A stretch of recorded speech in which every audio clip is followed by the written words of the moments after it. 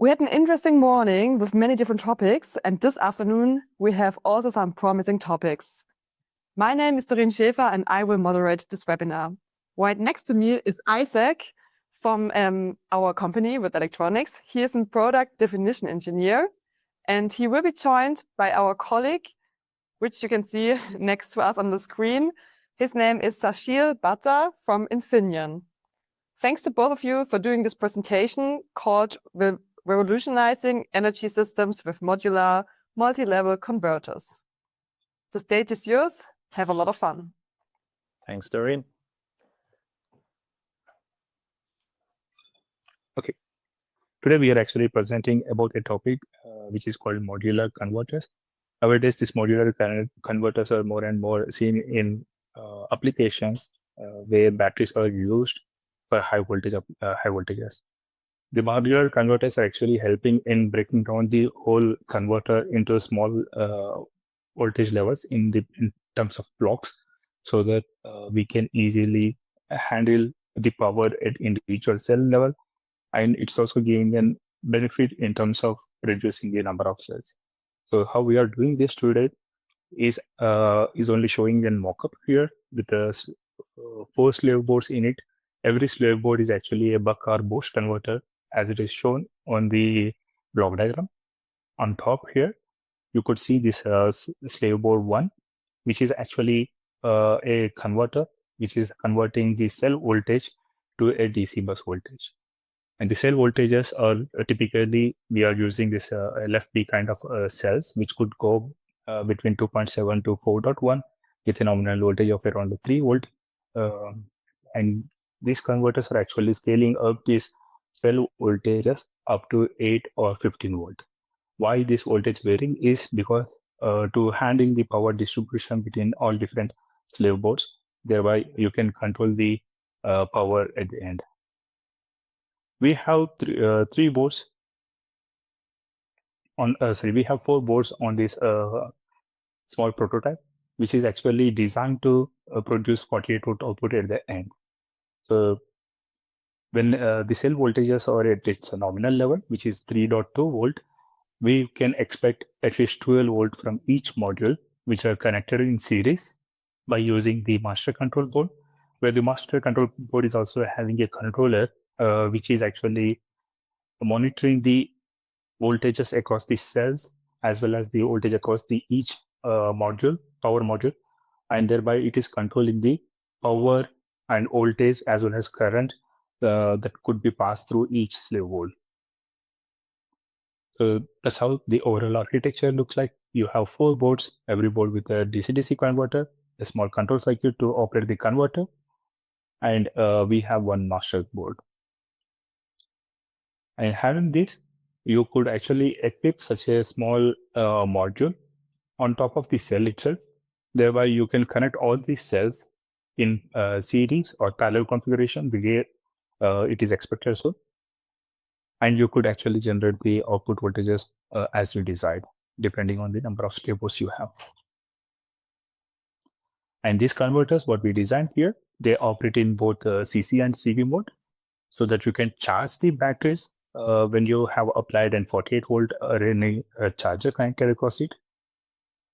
When you have to discharge, it operates in a boost mode, where you are converting the output voltages to 12. Today, the mockup is only designed for 12 volt and 5 ampere, which is around 60 watt. But these designs are scalable for high powers also. You can expect it like it can scale up to even in kilowatts.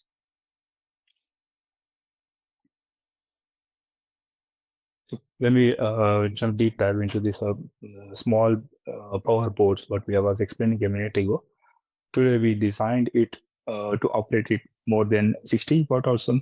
But we are only presenting the details up to maximum 60 watt. And as you can see, we have used an interleaved or phase shifted buck converter or a boost converter. It depends on the direction of the current it is flowing. If the current flows from cell towards the load, it is actually buck, so it is boost. And if it is the power flows from 12, that is from the load end towards the cell, it is buck converter. Why we went with this kind of interlude DC-DC converter is because we are actually scaling the voltages by at least 4 times. In the sense, like we could expect similar scale up in the current. The current levels are quite high. We measure something like around 23 to 25 ampere, and to handle such a huge current, we thought it would be better solution to go with interlude, because you could reduce the losses, and you could also reduce the passive element dimensions. And here the waveforms, typical waveforms that you could expect through these inductors L1 and L2. And the input current, as we mentioned a minute ago, we were expecting around 23 amperes to 25 amperes in maximum load condition, place at 60 watt. And the interlude converter offers automatically for the output side or for the input side, depending on the direction of the current, it could actually increase the ripple frequency. Thereby, you could reduce the passive element dimensions. And the third diagram here, it's actually displaying the gate waveforms across Q1, which is phase 1, and Q4 is actually phase 2.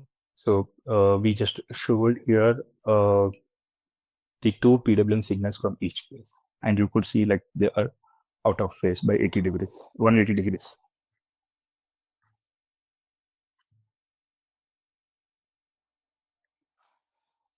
And the chart here is actually displays the balancing during charged mode. The first chart is actually the battery voltages itself, and the second chart is the output voltage across each module, that is across the 4 modules, and the third one is the power output. So during charging, you could see we are trying to charge the cells, which are actually discharged to different voltage levels, 2.5, 3, or 3.5. And respectively, you could see the output of each module is modulated so that you could actually control the voltage. For example, if you look into this one, which is the battery one, discharged to 2.5 watt, displayed in red in color. Here, the module connected to this battery voltage is actually consuming 60 volt out of the 48 volt that you have applied across the load terminals. And similarly, depending on the voltage across each battery, the module outputs are modulated. And you could see the proportional power is also distributed across the modules we have on the board.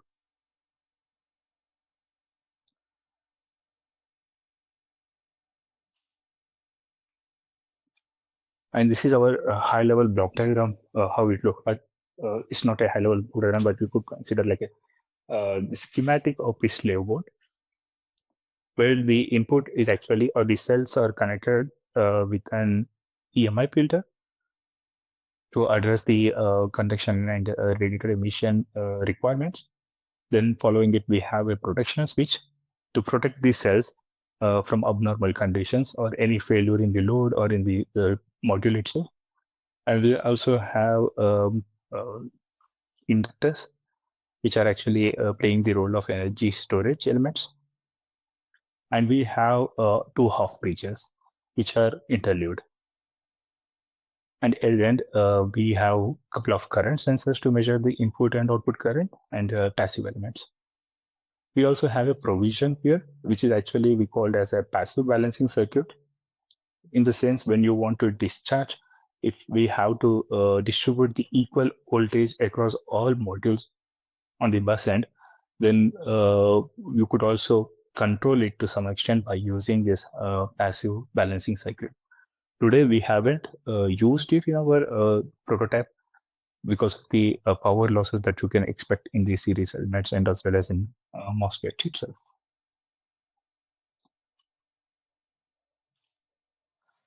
And the point to be noted is like we have also clearly identified here the passive elements in red. These are the elements actually offered by Würth. They are one of the best what we have seen for this approach here. Very okay. Then what I'm trying to highlight here is the devices from Infineon, or the active these are semiconductor devices which are actually playing the role of switching elements. And the MOSFETs, which are actually referring to the negative of the cell, we call it as low side FETs. And the FETs, which are actually connected to the positive of the bus, we call it as high side FETs. And as you can see here, the low side FETs are actually a different kind of package. We call it as a source down package, where the source is actually the exposed pad and drain is the narrow pins, what you are seeing on the other end. This is helping us in optimizing the overall layout as well as the losses in the FET. I will explain it later. Before that, I'll also walk through the high side FET. This high side FET is a normal traditional package, but these two packages are in 3x3 size. 3x3 in the sense like KA1 by KM1. And the low side one here, we were able to use 30 volt, and basically we also can use 30 volt on the high side, but because of the RDS one that we have, that we was looking for to optimize the efficiency around 1.8 milliohm, we went with 40 volt. And to drive this half bridges, we used our two EDL 8124. It's a 120 volt high side and low side driver integrated with an boost start cycle. And these drivers can able to drive the MOSFETs with 5 amp. And during syncing, they can sync the currents of 6 amp from the gate of the MOSFETs. And they are also in the packages of 3x3. So in overall, 3 times 3x3 is the area of the overall converter. Whereas on the protection element side, we have used and we introduced another package. It's a dual side cooling. Obviously, we don't need dual side because of the low currents, but we provided an option to draw higher power through this device. That's why we offered a dual side cooling package here, which allows you to connect an heatsink on top of it. Apart from that, what you can also observe is it's a common source package. In the sense, we want to actually connect both the sources together of this MOSFET so that you can implement bidirectional current control. Thereby, you could actually also try to eliminate the heat from the other parts of the heat by using these source pads connected to another heat sink. And you could also identify the pin which is in the middle. It's the center gate terminal. This terminal is actually allowing you to parallel as many MOSFETs as you want on this board.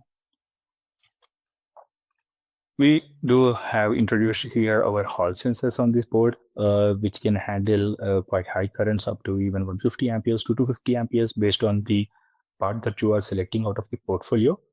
They are integrated with a very low ohmic current rail and also offers you high accuracy in terms of up to 1 to 3% of accuracy based on the programming that you are adapting on this device.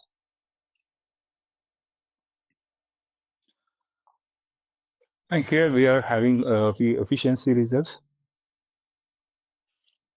These are the efficiencies what we tested from 0 to 100% of the load with and we found like an efficiencies of greater than 90%. You could call it like a greater than 92.5% at minimum loads, and at maximum load we were ending into around we are ending up into maximum of around 94%. The red one is actually at the cell voltages of 4.1 volt, and the gray one, red one is at 3.6 volt maximum cell voltage. Then the gray one is actually at 3.2 volt, and the other one, the green one, is actually indicating the 2.6 volt, which is at the minimum voltage. Because of the conversion ratio and the losses that are associated in this conversion, you could expect higher losses during the when battery cells are discharged to minimum. That's why the efficiencies are lower at minimum. But we know that LFPs ever discharged to such a low limit, so I think we are still in a good range here.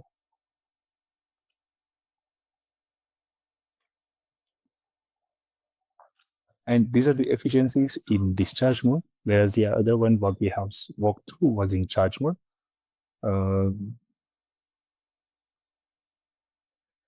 And here, what we can see, like the up converter can offer always more than 96%, as I said, 95% efficiency.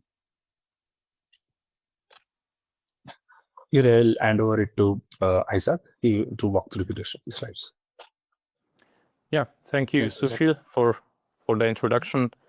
So as you can see here, today not alone I have the design with me, and you can see that most of the components that we have as a passive components are provided by Würth Elektronik. And going through the focus parts that we have on this design, would start with the top left one, where is of course the inductor that we chose for this topology, which is the HCF. It's a flat wire inductor, which has also other variants, but we went with a flat wire solution since it has very low losses to use it for the buck boost stage. Going to the next one, we started this design focusing also on improvements of EMC. So from the beginning of the design, we wanted to implement all the components that will be used for filtering. So we have here the interference suppression capacitors implemented. We have implemented also an LC filter using our newest inductor family, the MXGI, which has also ultra low losses for increasing the efficiency.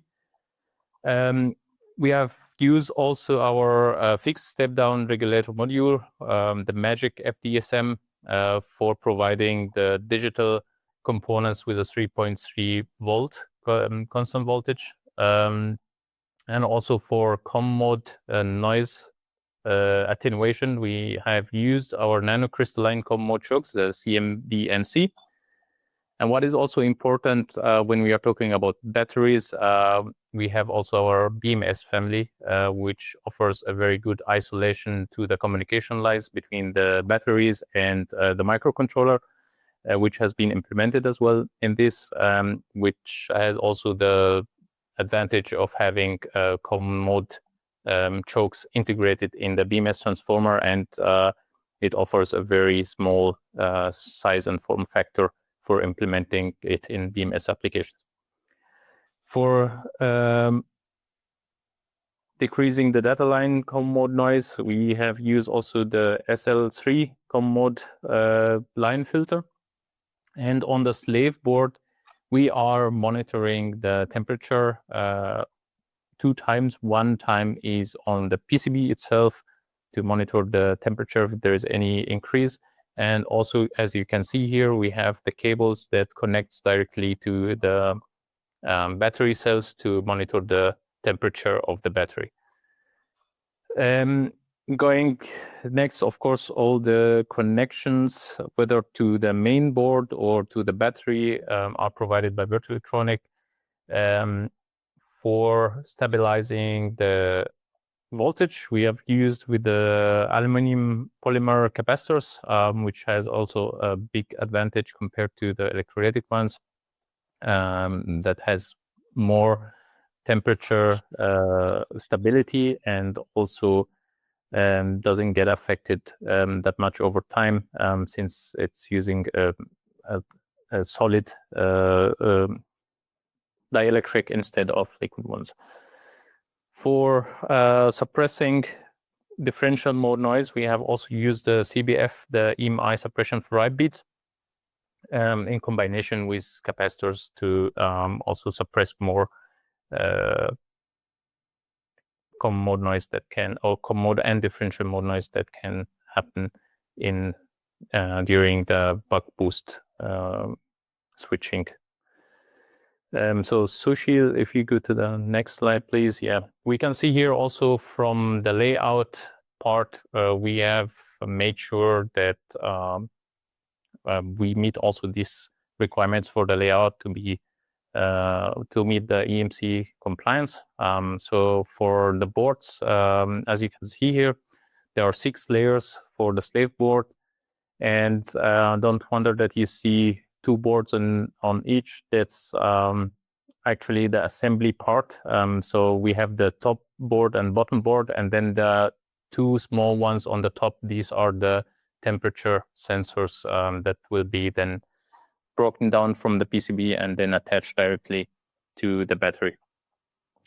And then we have dedicated ground layer and a dedicated power layer with the least possible, or having polygons that are connected, covering the whole board to decrease any coupling into the circuitry. And that's something that we recommend also while designing such kind of topologies, to have this kind of layout to avoid any noise coupling into the PCB itself. So if we go to the next slide. Yeah, that's the master board. Maybe Sushi, you can start with the Infineon ICs, and then I can go after you. Yeah, this slide 3 actually displays about the protection circuit. The main points here, what you can observe is the current sensor and the protection devices like MOSFETs. The protection devices are something similar like what we have seen in the other board.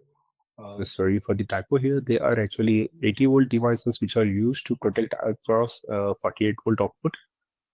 We will correct it before sharing it. And we also have the same current sensor as we have seen on the slave board. These are actually isolated current sensors. That make us to use it for a wide voltage ranges up to even 1000 volts. And the remaining part, we have some passive elements, and also we have most of them like a digital circuitry, like controllers from our XMC family. Thank you. Issac, you can take over. Yes, thank you. So here also on the schematic of the slave board, we can see where we have implemented our parts. So again, we have the COM mode choke in combination with the capacitors to have the COM mode attenuation, and also form a differential mode filter for that, an LC filter. And you go to the next slide, we can see the layout. Yeah. So here again, it's the same concept. While doing the layout, it's also important to take that in consideration, that we have dedicated layers for the ground and the power, with as much as connected polygons to prevent any coupling into the circuitry. And taking a look on the components that we have used on the next slide, then we can see again that we have used the CMB COM mode choke. And here we have did a custom flyback transformer for providing the auxiliary power supply to the battery cells for a constant voltage. And again, filtering NC filter using the MXGI, and providing the 3.3 volt using the Magic FDSM for the microcontroller. And you can see also the film capacitors, the X2 capacitors for noise suppression and also protection against ESD. For the communication lines, we have again used the SL3 COM mode line filter. And you can see the switch here, the compact SMT flat actuator. This switch has the function of exchanging between charging and discharging mode. So it's also explained on the switch itself, which mode you can choose from it. And again, using also the ferrite beads for filtering the differential mode noise that can come into the circuit. After finishing the design, we have done some measurements. So you can see here, there is the EMC measurement, the setup for the CISPR22 class A. And since we have 2 modes, so we have the 2 setups here. On the left side is the charging mode, where we have the 23-volt mains connected to a power supply providing the 48 volts, going through the listen and then going through our board here.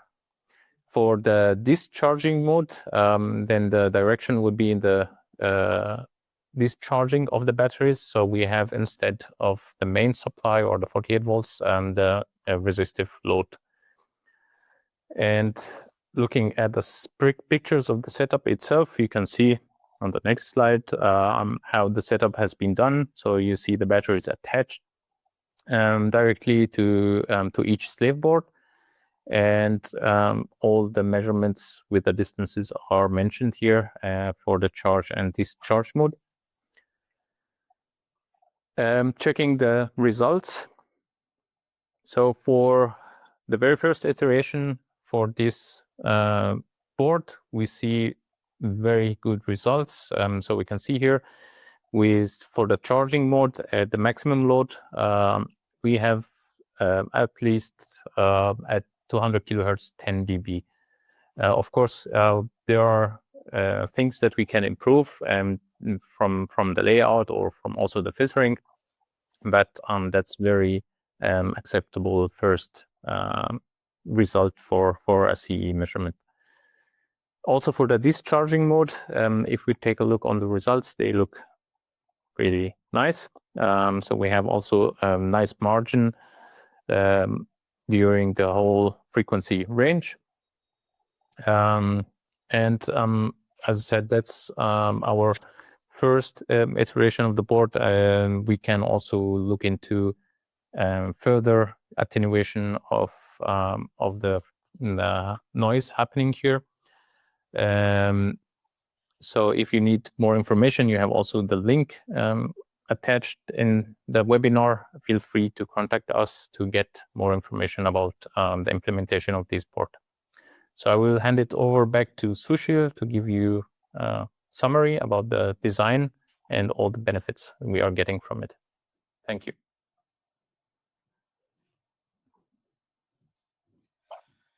Thank you. Here, actually, we are trying to list out the features that you could actually get out from these boards. For example, you will achieve an active cell balancing here because we have an controlled power converters across each cell. You could actually try to charge or discharge these cells based on the SOC of every cell. Thereby, you are actually implementing a BMS by using these modulars, which is actually allowing you not to use any BMS on these ports.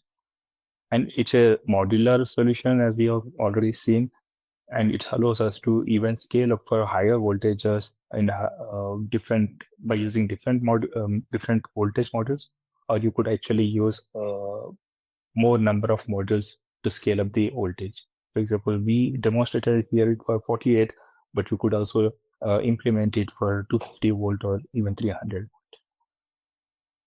Then high output voltage using less number of cells mean the sense like here, what we try to do is like we was boosting the cell voltages from 3 to 12 volt. Thereby, instead of using 14 cells in actual application, we were able to only use 4 cells. So in the applications where the discharge periods are smaller, we could actually implement a solution like this where you are actually converting the voltage by 2 to 3 times higher than the cell voltage and discharging into the load.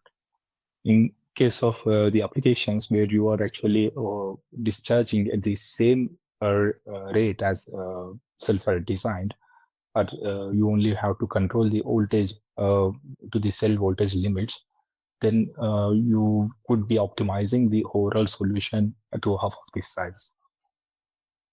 And the stress on the devices are lower in the sense like if you compare with respect to the high voltage devices where, high voltage solutions where the devices offers a high amount of switching losses.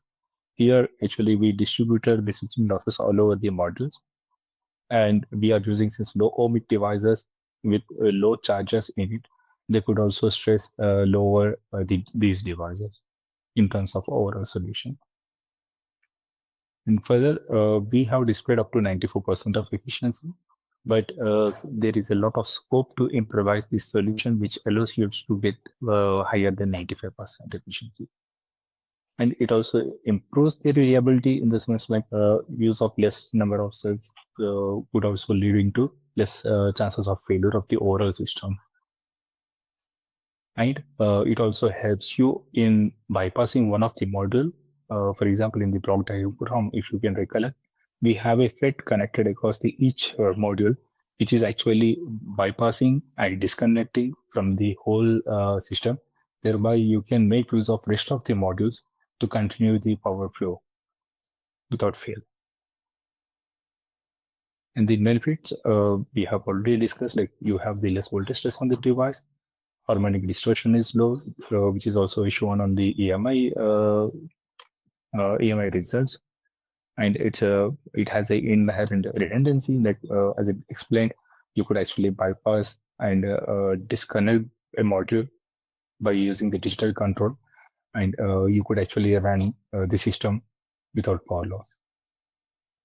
And it also distributes the power, stress on all the cells. In the sense, by controlling the power that flows out of these cells, you could actually control this power, and thereby you can control the stress on the cells itself. And the topologies, we only displayed the basic topology here, but you could actually extend this modular-based approach for different topologies by using different topologies. Thanks. That's all from my end. Thank you for this opportunity. So I'm going to mark them and then we can answer them together. Or Isaac and Sushil, you can answer them.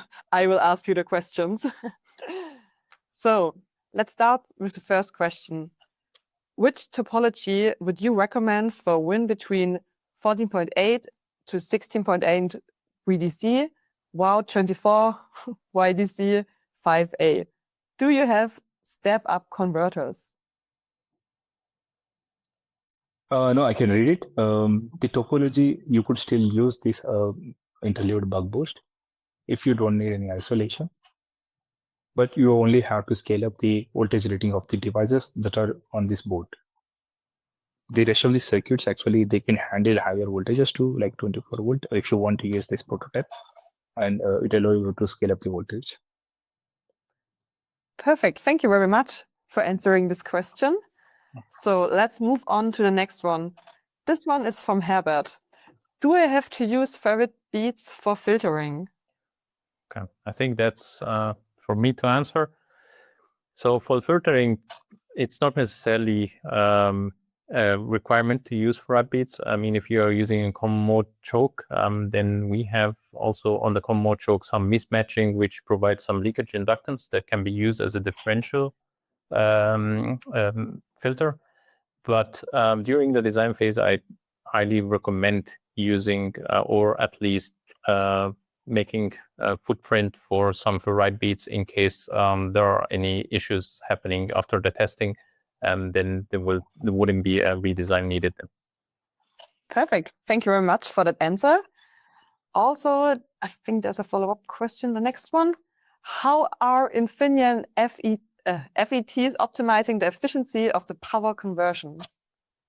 I think that's for Sushil. Let me take this question. If you allow me, I have to share the screen to answer this question. Sorry. Okay. So I was actually explaining you about these two devices, which are low side and high side FETs. I was not able to walk through because of the time limit, how it is optimizing. But thanks for asking this question. Let me go through it. Our low side and high side devices, it allows you to optimize the switching loops here. In the sense, like the low side FET, which is a source down device, you could actually connect the wide area of this or exposed area of this device with the ground plane, which we usually referred as a pull planes in a switching converters. And for the high side, we have the normal package, and the exposed area of this device is connected to the VIN, which is also a cool plane. Cool plane in the sense like they are mass-free planes. And what we can also see here is like if you use the traditional packages, you have to use a very big loop here between switching node inductor and the ground. That's going to be increasing the switching noise and also the losses because of the small parasitic inductance that's created between these devices when you use a normal traditional packages. And these parasitic elements will also introduce an voltage spike on the devices, which is increasing the switching losses in the device. By using such kind of devices like a source down for low side and drain down for high side, you could optimize the switching loops and reduce the switching losses too. As well as you can cool down these devices without heatsink. I mean, by using the wide copper planes what you have on the PCBs. Perfect. Thank you very much. So as I look on the time is up for this session. So I can see that we still have some questions left in the chat, but don't worry, Isaac and Sushil will be answering them afterwards via email. So if you still have some questions, you can also add them to the chat and we will come back to you later. Thank you very much for your attention, and thank you, Sushil and Isaac, once again for being here, for your time. It was a great presentation. I enjoyed it. And hopefully we see all of you again at the next session. Thank you. Thank you, Derry.